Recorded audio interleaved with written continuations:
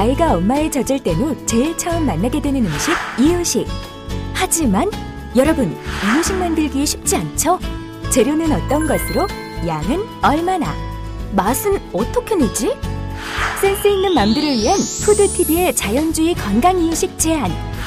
우리 아이에게 꼭 맞는 이유식, 맘스맘이 책임집니다. 누구랑? 맘스맘의 해결사 마크로비오틱 연구가 이양지쌤과 함께. 안녕하세요. 네, 지난번 방송 1회 나갔는데 주위 분들은 혹시 어떤 말씀하시는가요? 이미 이유식을 끝낸 분도 계시고 앞으로 시작하게 준비하고 계시는 분들 계셨는데요. 앞으로 굉장히 도움이 될 것 같다는 그런 반응이었어요. 좀 방향이나 이런 것들을 좀 다시 한번 생각해 보신다면 어떻게 진행하실 건가요? 네, 역시 아이가 잘 먹고 건강하게 먹을 수 있는 이유식을 위해서는 엄마의 정성과 노력이 필요한 것 같아요. 그래서 그 정성과 노력이 잘 녹아날 수 있는 그러한 이유식 레시피 알려드리려고 해요.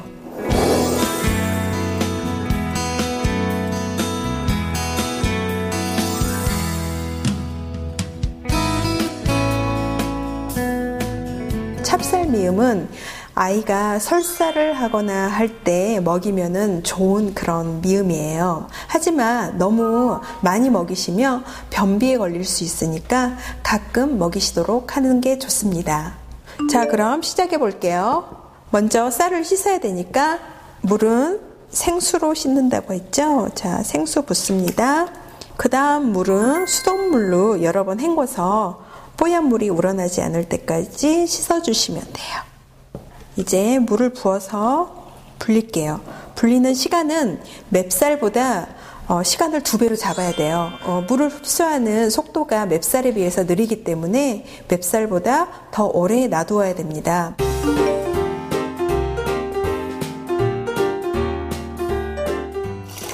일단은 쌀이 갈릴 수 있을 정도의 물, 그러니까 150cc 정도의 물을 붓고요.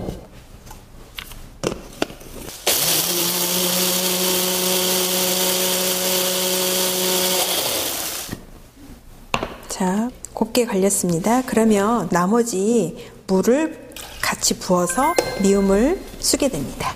맵쌀 미음 쓰는 거하고 똑같아요. 먼저 뚜껑을 닫고 센 불로 끓이게 되고요. 끓어오르면은 약불로 줄여서 저어가면서 되직해지고 쌀알이 투명해질 때까지 끓이시면 돼요. 자, 센 불에서 끓였어요. 그러면 끓어오르면 이제 약불로 줄이셔서요. 나무주걱으로 저어가면서 반투명 상태가 될 때까지 한 10분 정도 더 끓이시면 돼요. 그 이유식을 할 때 나무주걱을 사용하는 이유가 뭘까요? 안전하니까 그렇죠. 여기에 사용하는 조리도구, 냄비나 이런 주걱 같은 데서 유해한 물질이, 건강에 좋지 않은 물질들이 나올 수가 있잖아요. 그래서 냄비 같은 경우에는 스테인리스 제품, 그다음에 조리도구는 되도록 나무로 된 조리도구를 사용하시면 좋아요. 자, 이제 다 된 것 같은데요. 자, 이제 체에다가 걸러주기만 하면 됩니다.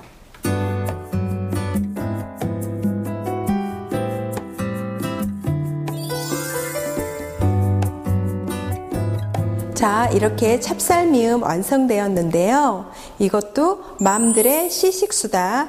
이따가 준비되어 있습니다. 기대해 주시고요. 두 번째 이유식, 드디어 채소가 들어가는 현미 브로콜리 미음 만들어 보겠습니다.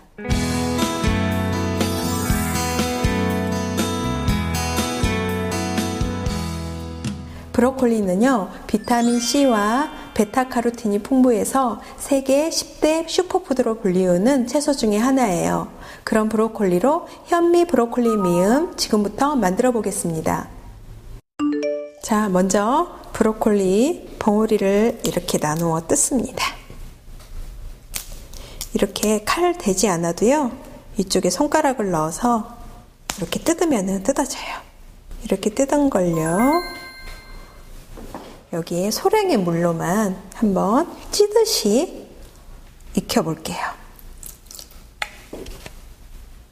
브로콜리를 익히는 동안에 맛있는 브로콜리 고르는 방법 알려드릴게요. 브로콜리는요, 꽃송이가 많이 피지 않고 빽빽하게 차 있는 것을 고르시면 돼요. 푸른색이 선명하고요, 노란 부분이 없어야 돼요.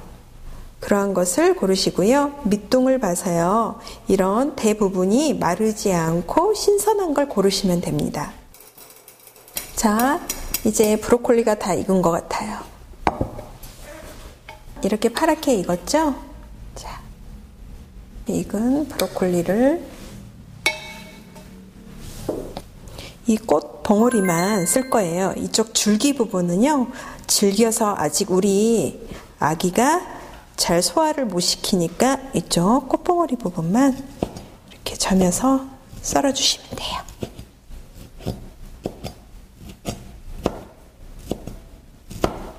이렇게 해서 밥숟가락으로 2큰술을 준비하시면 돼요.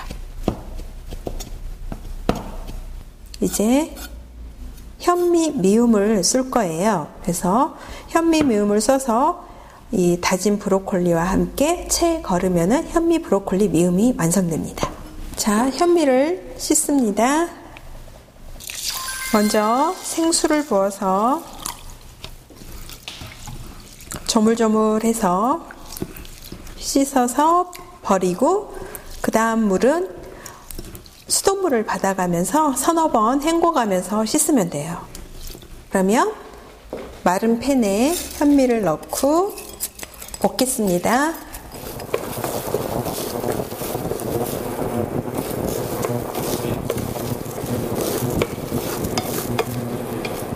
자, 볶아진 현미쌀을 압력솥에 넣고 물을 부어서 죽을 만들어야 되겠죠? 뚜껑을 닫고 처음에는 센 불로 압력이 찰 때까지 끓여요. 그 다음에 압력이 차면은 약불로 줄여서 또 30분 가열을 합니다. 그 다음에 증기가 빠질 때까지 기다렸다가 뚜껑을 여시면 돼요. 자, 이 정도면은 잘 됐습니다. 되직하게 됐죠? 자, 이거를 브로콜리와 함께 섞어서 이제 체에 내리면 완성입니다.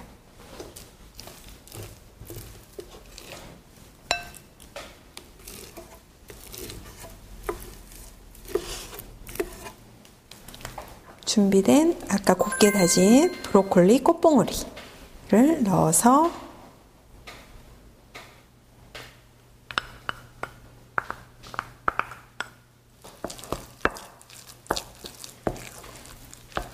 자, 지금 상태는 너무 되직하죠?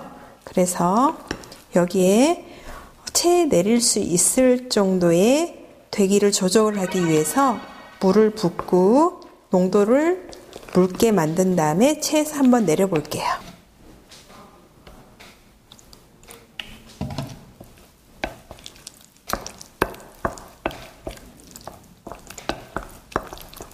자, 이 정도 농도면은 됐어요. 자, 뚝 떨어지죠? 네, 다시.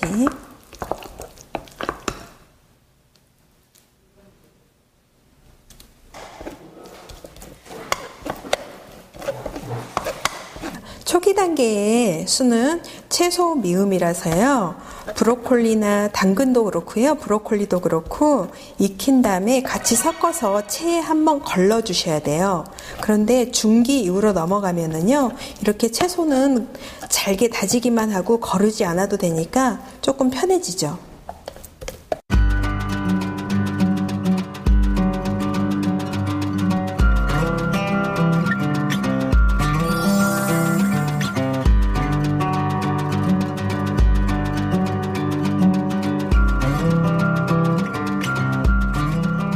브로콜리 현미 미음까지 완성되었습니다.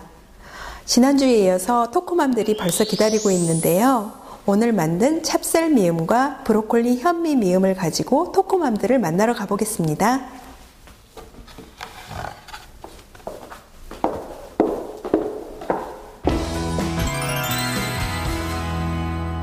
안녕하세요. 네.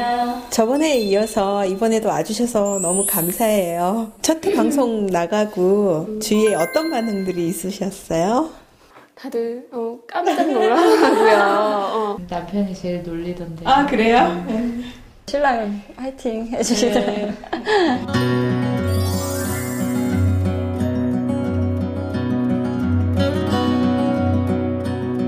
현미미음이 사실 조금 만들기가 번거로워요. 시간도 걸리고 하지만 이거는 좀 넉넉히 만들어 놓고 보관해도 백미 미음에 비해서 별로 맛의 변화가 더 없는 것 같아요. 괜찮아요. 그래서 현미 미음 꼭 만들어 보시기를 바라고요. 찹쌀 미음 같은 경우도 맵쌀 미음하고 틀리게 좀 더 찰지고 해서 소화되는 것은 조금 소화 속도는 느리지만은 그래도 아이가 부드럽게 잘 먹을 수 있을 것 같아요. 브로콜리 같은 경우는 이유식에 넣으니까 그냥 먹을 때는 또 아이들이 싫어할 수 있는데 이렇게 만들어서 먹이니까 브로콜리 향이나 맛도 강하지 않으면서 또 브로콜리를 나중에도 이제 익숙하게끔 해가지고 잘 먹을 수 있게 해줄 수 있을 것 같아서 굉장히 좋았던 것 같아요. 브로콜리 미음 같은 경우에는 현미 미음으로 하지 않을 경우에도 브로콜리를 데칠 때 보통 물에다가 데치시는데요.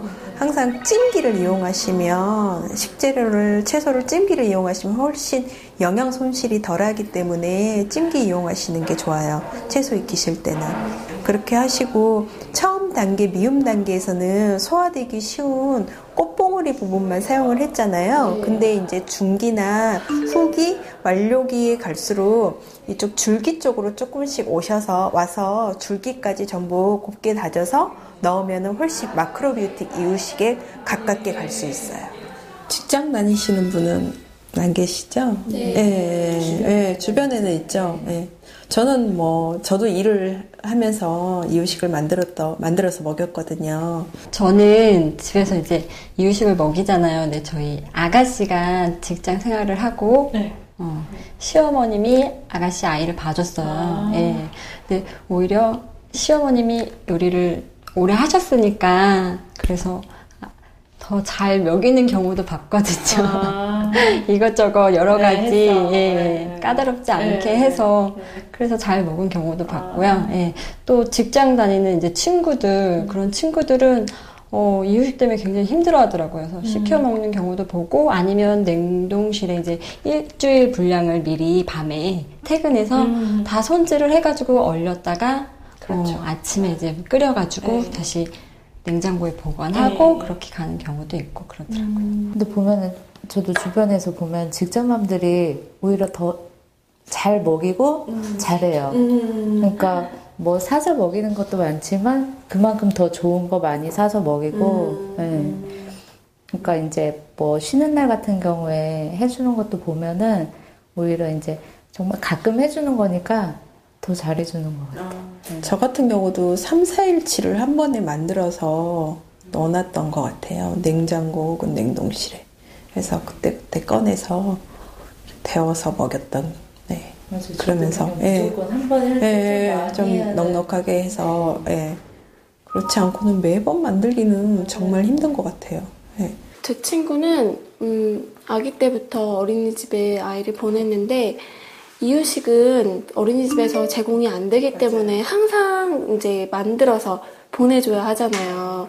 그래가지고 그때 아침에 녹여서 용기에 넣어가지고 보내는데 그것도 굉장히 번거롭고 힘든 일이라고 하더라고요. 그래가지고 옆에서 많이 힘들어하는 걸 본 적이 있어요.